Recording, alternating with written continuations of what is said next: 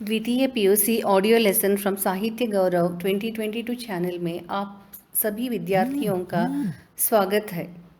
आइए मिलके पढ़ेंगे और समझेंगे लेसन 1 सुजान भगत। लेखक परिचय। प्रेमचंद लेखक है। उपन्यास सम्राट मुंशी प्रेमचंद का जन्म 31 जुलाई 1880 में काशी के निकट लम्ही नामक गांव में हुआ था। आपके पिता का नाम अजय बराई तथा माता का नाम आनंदी देवी था। आपका जीवन बहुत ही संघर्षपूर्ण रहा।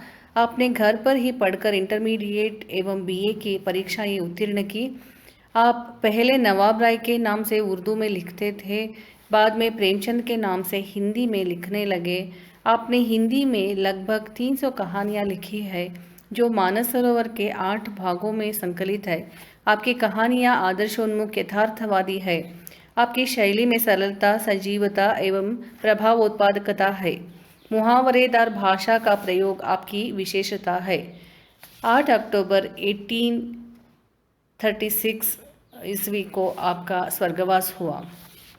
आपकी कृतियाँ उपन्यास सेवा सदन, प्रेमाश्रम, रंगभूमि, निर्मला, कर्मभूमि, गबन, गोदान आदि।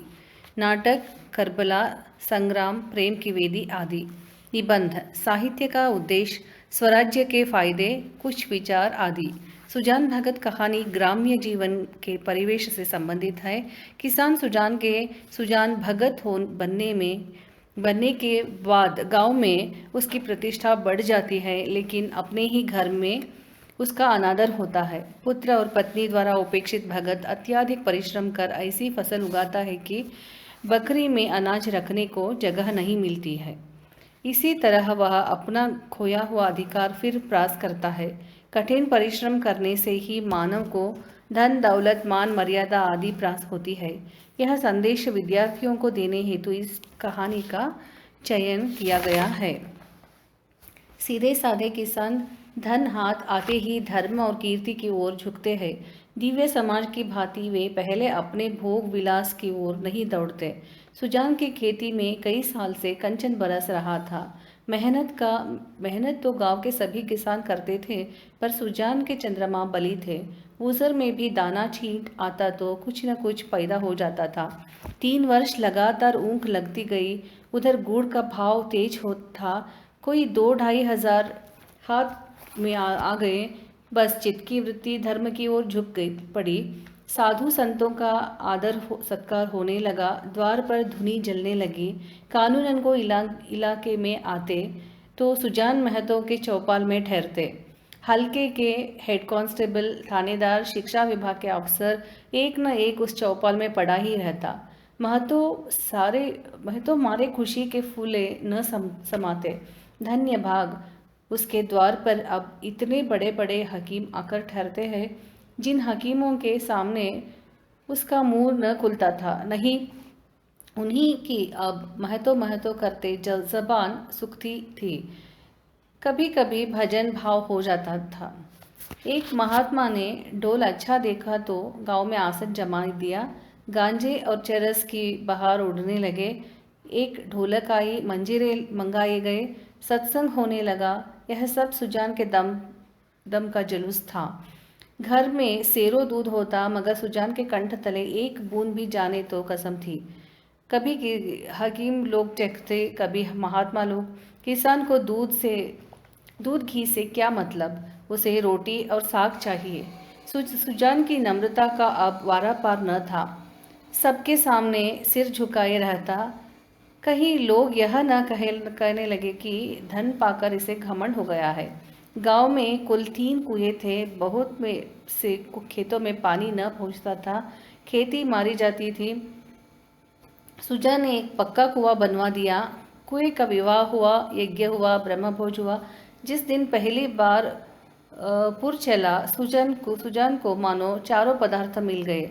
जो काम गांव में किसी ने न किया था, वह बाप दादा के पुण्य प्रताप से सुजान ने कर दिखाया।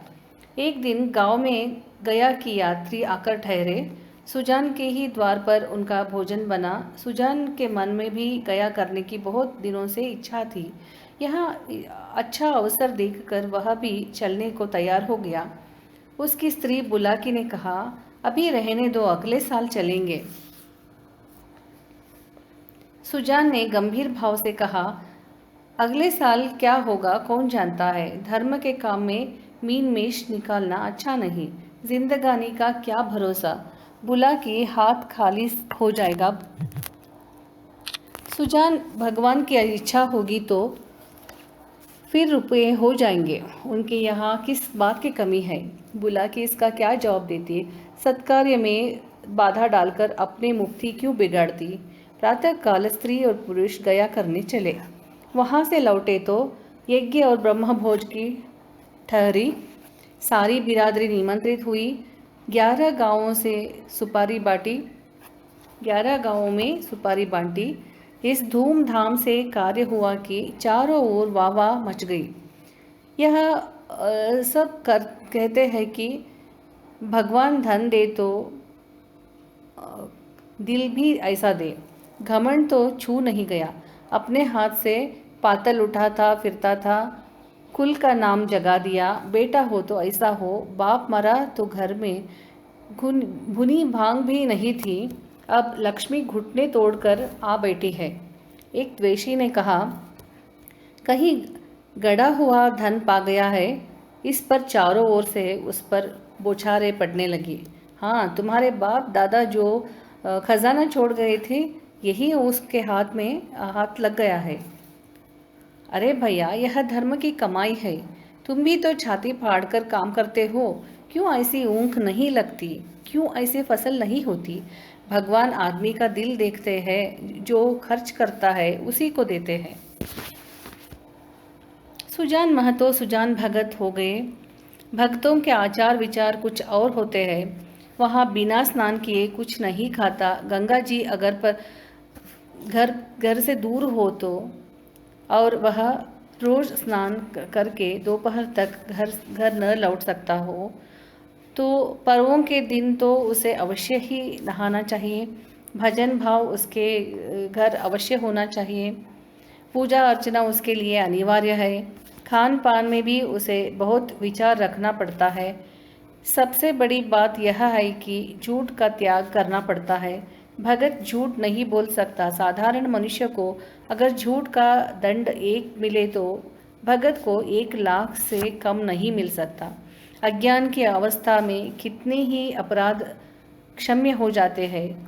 ज्ञानी के लिए क्षमा नहीं है, प्रायश्चित नहीं है। यदि है तो बहुत ही कठिन। सुजान को भी अब भक्तों की मर्यादा को निभाना पड़ा। अब तक उसका जीवन मजदूर का जीवन था।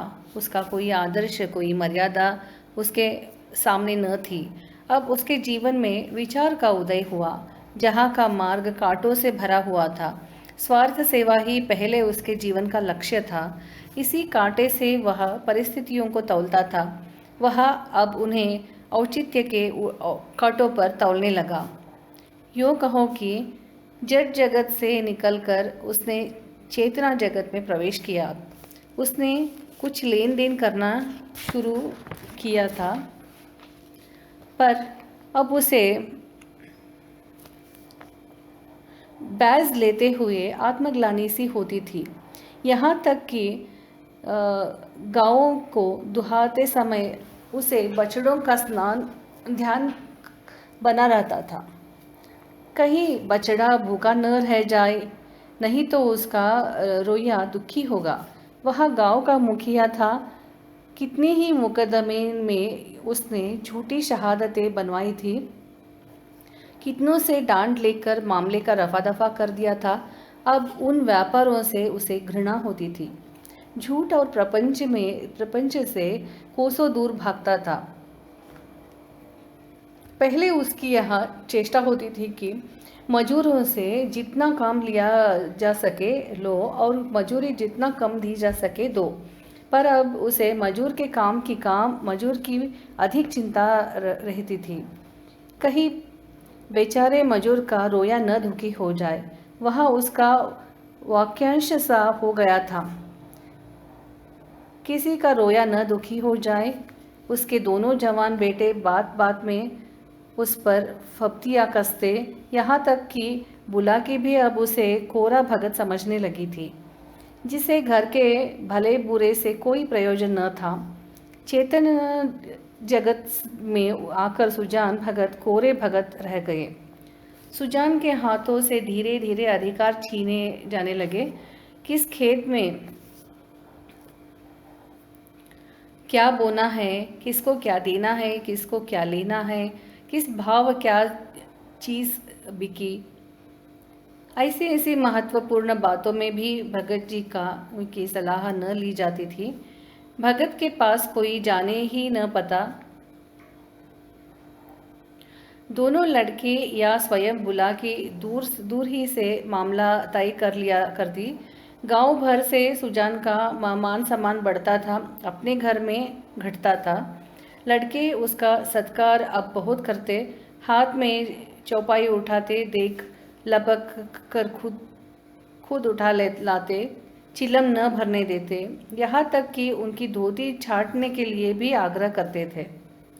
मगर अधिकार उसके हाथ में न था। वह अब घर का स्वामी नहीं, मंदिर का देवता था।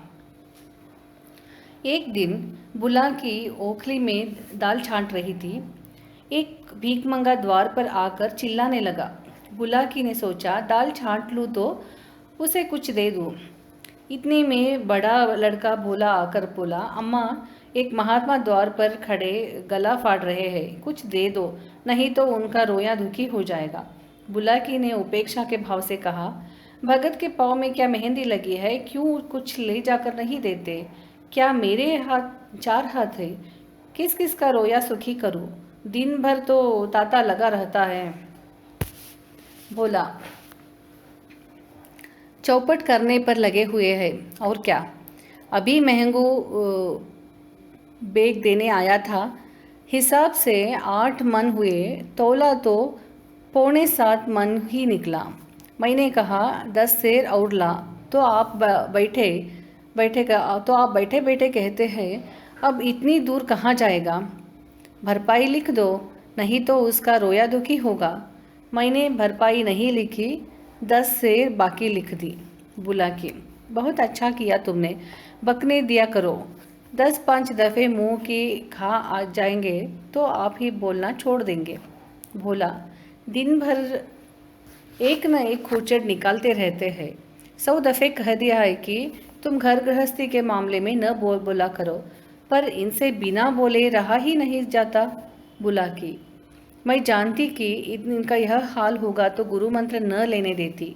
भोला, भगत क्या हुए कि दिन दुनिया दोनों से गए, सारा दिन पूजा पाठ में ही उड़ जाता है। अभी ऐसे बूढ़े नहीं हो गए कि कोई काम ही न कर सके। बुलाकी ने आपत्ति की। भोला, यह तुम्हारा कुन्याय है, फावड़ा कुदाल अब उनसे नहीं हो सकता, लेकिन कुछ न कुछ तो करते ही रहते हैं। बैलों की सानी पानी देते हैं, गाय दुहाते हैं, और भी जो कुछ हो सकता है करते हैं। भिक्षुक अभी तक खड़ा चिल्ला रहा था। सुजान ने जब घर में से किसी को कुछ लाते न देखा तो उठकर अंदर गया और कठोर स्वर से बोला, तुम लोगों को कुछ सुनाई नहीं देता कि द्वार पर कौन घंटे भर से खड़ा भीख मांग रहा है? अपना काम तो दिन भर हो करना ही है, एक क्षण भगवान का काम भी तो किया करो।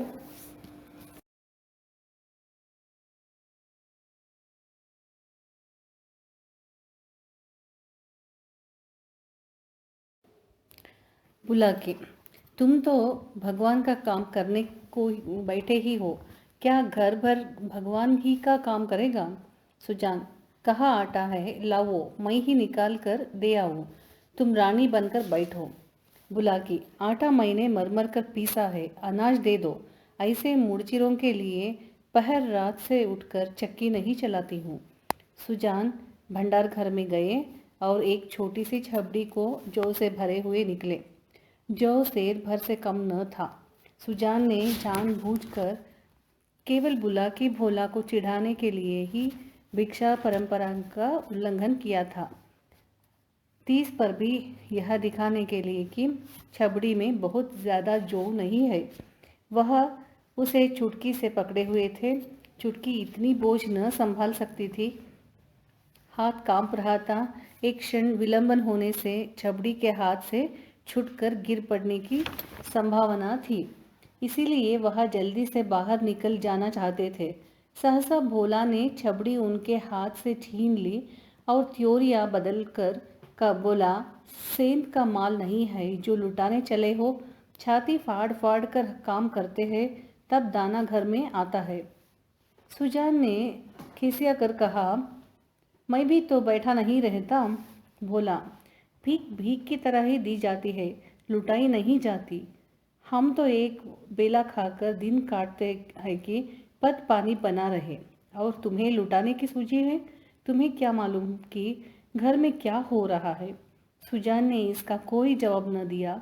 बाहर आकर भिखारी से कह दिया, बाबा इस समय जाओ, किसी का हाथ खाली नहीं है, और पेड़ के नीचे बैठकर विचारों में मगन हो गया। अपने ही घर में उसका यह अनादर, अभी यह अपाहिज नहीं है, हाथ पांव थके नहीं है, घर का कुछ न कुछ काम करता ही रहता है, उस पर यह अनादर। उसी से घर बनाया, यह सारी विभूति उसी के श्रम का फल है, पर अब इस घर पर उसका कोई अधिकार नहीं रहा। अब वह द्वार का कुत्ता है, पड़ा रहे और घर वाले जो रूखा सूखा दे दें वह खाकर पेट भर लिया करो।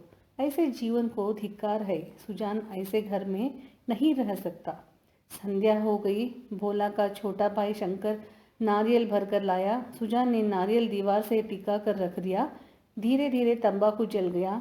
जरा देर में भोला ने द्वार पर चारपाई डाल दी। सुजान पेड़ के नीचे से न उठा। कुछ देर और गुजरी, भोजन तैयार हुआ। भोला बुलाने आया। सुजान ने कहा, भूखा नहीं है, भूख नहीं है। बहुत मनावन करने पर भी न उठा। तब बुलाकी ने आकर कहा, खाना खाने क्यों नहीं चलते? जी तो अच्छा है। सुजान को सबसे अधिक क्रोध बुलाकी ही पर था। यह भी लड़कों के साथ है।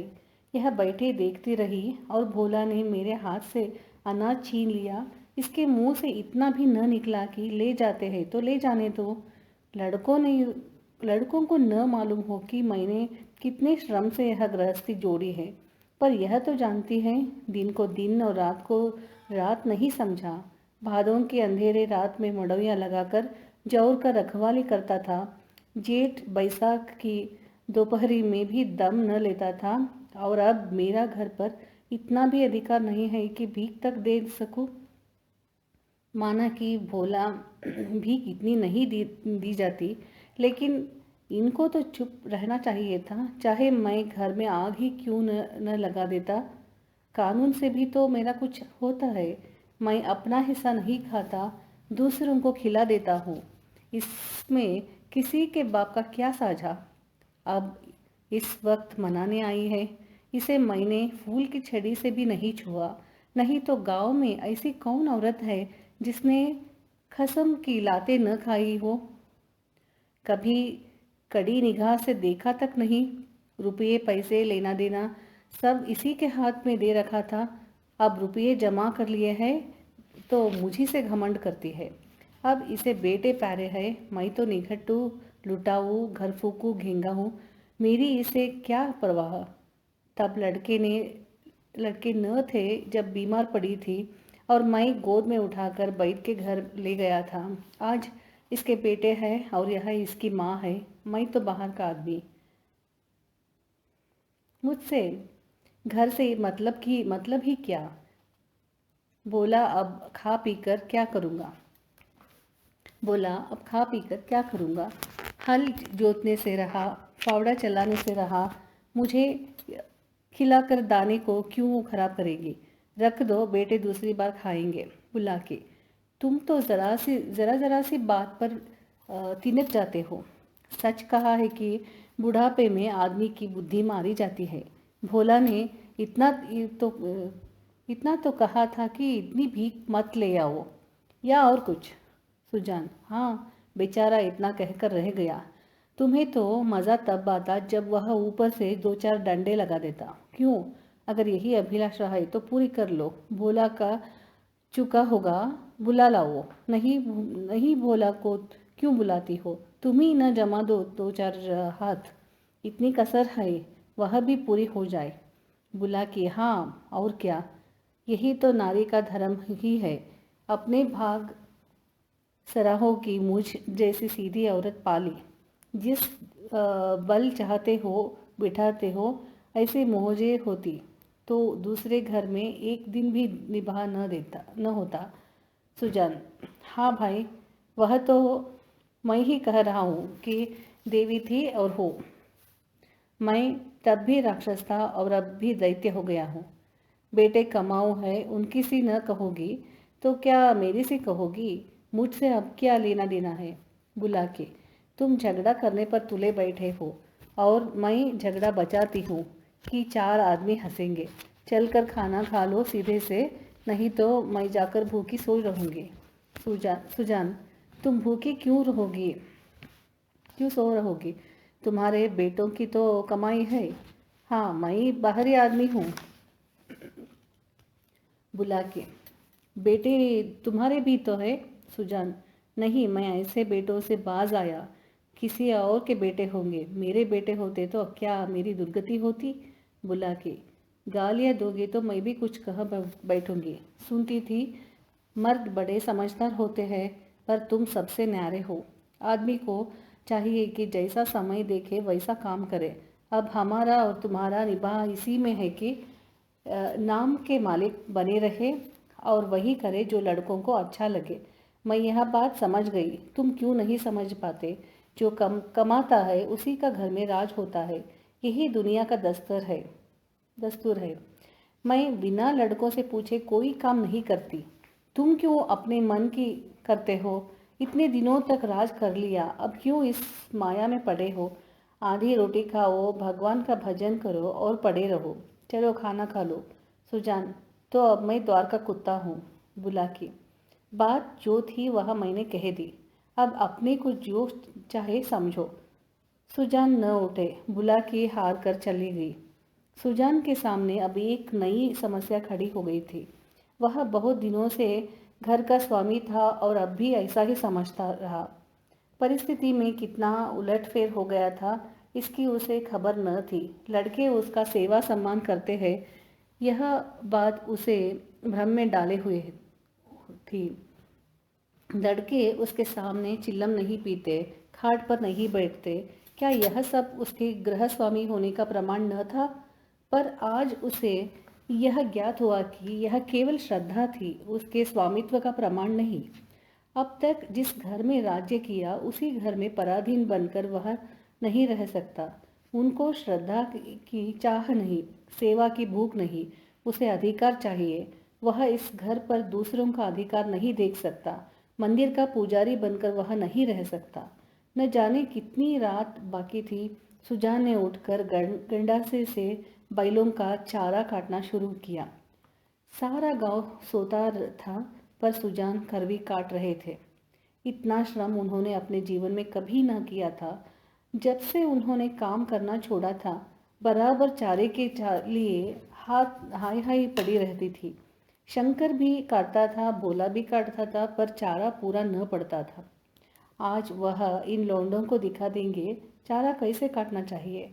उनके सामने कटिया का पहाड़ खड़ा हो गया और टुकड़े कितने महीन महीन और सुडौल थे, मानो सांचे में ढाले गए हो।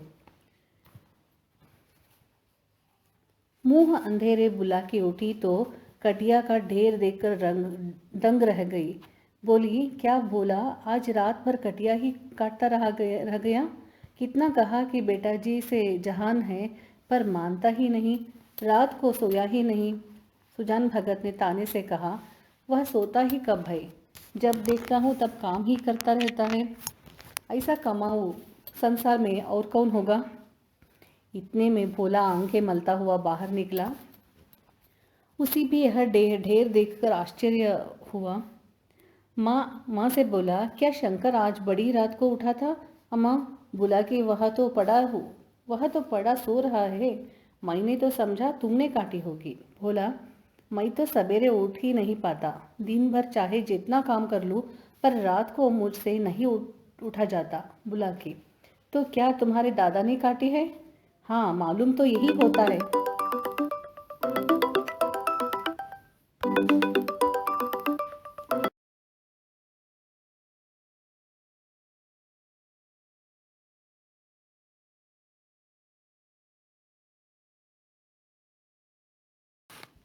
सुजान भगत ने ताने से कहा, वह सोता ही कब है?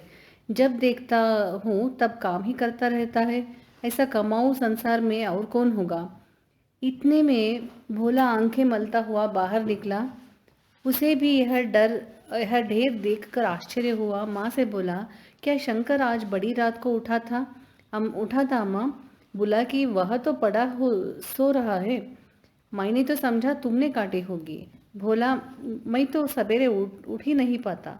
दिन भर चाहे जितना काम कर लूँ, पर रात को मुझसे नहीं उठा जाता। बुला के, तो क्या तुम्हारे दादा ने काटी है? बोला, हाँ मालूम तो होता है, रात भर सोए नहीं। मुझसे कल बड़ी भूल हुई। अरे वह तो हल लेकर जा रहे हैं, जान देने पर उतरू हो गए है क्या? बुला के, क्रोधी तो सदा के है, अब किसी की सुनेंगे थोड़े ही। शंकर बोला, शंकर को जगा दो, मैं भी जल्दी से मुंह हाथ धोकर हल ले जाऊं। जब और किसानों के साथ भोला हल लेकर खेत में पहुंचा तो सुजान आधा खेत जोत चुके थे। भोला ने चुपके से काम करना शुरू किया। सुजान से कुछ बोलने की उसकी हिम्मत न पड़ी। दोपहर हुआ, सभी किसानों ने हल छोड़ दिए, पर सुजान भगत अपने काम में मगन है। भोला थक गया है। उसकी बार बार इच्छा होती है कि बैलों को खोल दे, मगर डर के मारे कुछ कह नहीं सकता। सबको आश्चर्य हो रहा है कि दादा कैसे इतनी मेहनत कर रहे हैं। आखिर डरते डरते बोला, दादा अब तो दोपहर हो गया, हल खोल खोल देना। सुजान, हाँ खोल दो। तुम बैलों को लेकर चलो, मैं डांड फेंक कर आता हूँ। बोला, मैं संजा को डांड फेंक दूंगा। सुजान, तुम क्या फेंक दोगे? देखते नहीं खेत कटोरों की तरह गहरा हो गया है। तभी तो बीच में पानी जम जाता है। इस गोइंद के खेत में 20 मन का बीघा होता था, तुम लोगों ने इसका सत्यानाश कर दिया। बेल खोल दिए गए। भोला बेलों को लेकर घर चला, पर सुजान डांड फेंकते रहे। आधा घंटे के बाद डांड फेंककर वह घर आए, मगर थकान का नाम न था। नहा खाकर आराम करने के बदले उन्होंने बैलों को सहलाना शुरू कर किया। उनकी पीठ पर हाथ फेरा, उनके पैर मले, पूंछ सहलाई। बैलों की पूंछें खड़ी थी। सुजान की गोद में सिर रखे उन्हें अकथनीय सुख मिल रहा था। बहुत दिनों के बाद आज उन्हें यह आनंद प्राप्त हुआ था। उनकी आंखों में कृतज्ञता भरी हुई थी, मानो वे कह रहे थे, हम तुम्हारे साथ रात दिन काम करने को तैयार है। अन्य कृषकों की भांति भोला अभी कमर सीधी कर रहा था कि सुजान ने फिर हल उठाया और खेत की ओर चले। दोनों बैल उमंग से भरे दौड़े चले जाते थे, मानो उन्हें स्वयं खेत में पहुंचने की जल्दी थी। भोला ने मड़ोया में लेटे लेटे पिता को हल लिए जाते देखा, पर उठ न सका। उसकी हिम्मत छूट गई। उसने कभी इतना परिश्रम न किया था। उसे बनी बनाई गिरस्ती मिल गई थी। उसे जो त्यों चल रहा था। इन दामों वह घर का स्वामी बनने का इच्छुक न था। जवान आदमी को 20 धंधे होते हैं। हंसने बोलने के लिए, गाने बजाने के लिए भी तो उसे कुछ समय चाहिए। पड़ोस के गांव में दंगल हो रहा है। जवान आदमी कैसे अपने को वहां जाने से रोकेगा? किसी गांव में बारात आए हैं, नाच गाना हो रहा है। जवान आदमी क्यों उसके आनंद से वंचित रह सकता है? वृद्धजनों के लिए ये बाधाएं नहीं। उन्हें न नाच गाने की मतलब, न खेल तमाशे से गरज, केवल अपने काम से काम है। बुलाकी ने कहा, भोला तुम्हारे दादा हल लेकर गए। भोला, जाने दो अम्मा, मुझसे यह नहीं हो सकता। सुजान भगत के इस नवीन उत्साह पर गांव की टीकाएं हुई। निकल गई सारी भक्ति। बना हुआ था, माया से फंसा हुआ था। आदमी काहे को भूत है। मगर भगत जी के द्वार पर अब फिर साधु संत आसन जमाए देखे जाते हैं, उनका आदर सम्मान होता है। अब के उसकी खेती से सोना उगल दिया है, बकरी में अनाज रखने की जगह नहीं मिलती। जिस खेत में 5 मन मुश्किल से होता था, उसी खेत में अब की 10 मन की उपज हुई थी। चैत का महीना था, खलिहानों से में सतयुग का राज था। जगह जगह अनाज के ढेर लगे हुए थे। यही समय है जब कृषकों को भी थोड़ी देर के लिए अपना जीवन सफल मालूम होता है, जब गर्व से उनका हृदय उछलने लगता है। सुजान भगत टोकरे में अनाज भर भर कर देते थे और दोनों लड़के टोकरे लेकर घर में अनाज रख आते थे। कितने ही भाट और भिक्षुक भगत जी को घेरे हुए थे। उनमें वह भिक्षुक भी था जो 8 से 8 महीने पहले भगत के द्वार से निराश होकर लौट गया था। सहसा भगत ने उस भिक्षुक से पूछा, क्यों बाबा, आज कहाँ कहाँ चक्कर लगाए? भिक्षुक, अभी तो कहीं नहीं गया भगत जी, पहले तुम्हारे ही पास आया हूँ। भगत, अच्छा, तुम्हारे सामने यह ढेर है, इसमें से जितना अनाज उठाकर ले जा सको जाओ। भिक्षुक ने क्षुब्ध नेत्रों से ढेर को देखकर कहा, जितना अपने हाथ से उठाकर दे देंगे उतना ही लूंगा। भगत, नहीं, तुमसे जितना उठ सके उठा लो। भिक्षुक के पास एक चादर थी, उसने कोई 10 सेर अनाज उसमें भरा और उठाने लगा। संकोच के मारे और अधिक भरने का उसे साहस न हुआ। भगत उसके मन का भाव समझकर आश्वासन देते हुए बोले, बस इतना तो एक बच्चा उठा ले जाएगा। भिक्षुक ने बोला कि और संदिग्ध नेत्रों से देखकर कहा, मेरे लिए इतनी ही बहुत है। भगत, नहीं, तुम संकुचाते हो, अभी और भरो। भिक्षुक ने एक पसेरी अनाज और भरा और फिर भोला की ओर सशंक दृष्टि से देखने लगा। भगत, उसकी ओर क्या देखते हो बाबा जी, मैं जो कहता हूँ वह करो। तुमसे जितना उठाया जा सके उठा लो।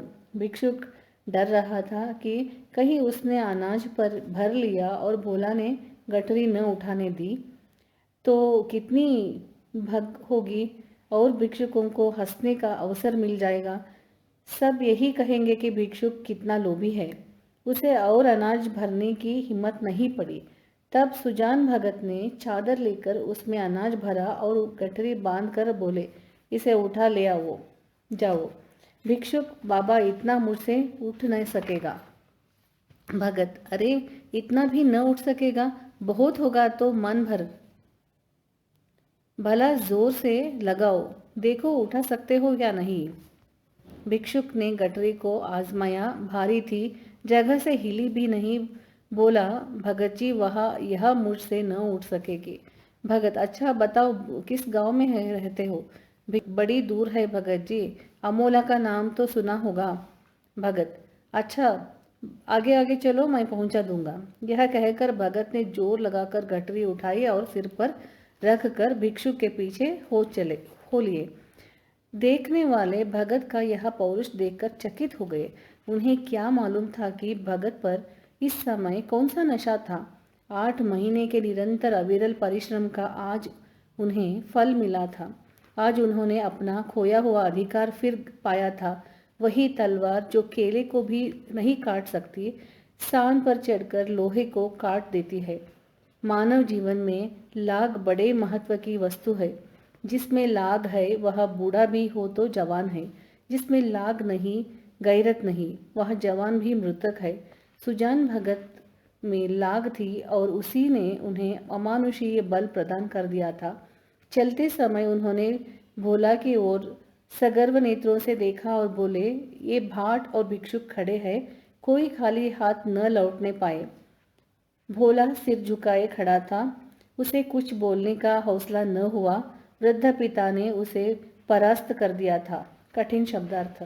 धुनी यानी अग्निकुंड, चारों पदार्थ यानी पुरुषार्थ, धर्मार्थ, कामोक्ष, डांड मीन्स लकड़ी, मडोया यानी छोटा छप्पर, फप्तिया व्यंग्य, खुचड़ दोष, घिंगा निरुपयोगी, छबड़ी टोकरी, करवी चारा, गंडासा चारा काटने का औजार, कटिया यानी कि कटा हुआ चारा। बखरी यानी धान्य भंडार। भाट प्रशंसक। बेग फसल की अमानत में दिया जाने वाला उधार। लाग माने लगन लगाव। गैरत माने लज्जा हया शर्म। मुहावरे कंचन बरसना यानी कि आमदनी बढ़ना। फूले न समाना, अत्याधिक खुश होना। मुंह की खाना, हार जाना। पद पानी बनाना यानी कि सम्मान बढ़ाना। दम न लेना, कठिन परिश्रम करना। कमर सीधी करना यानी कि आराम करना। तिनक जाना मतलब क्रोधित होना। नाम जगाना, कीर्ति पाना। धन्यवाद।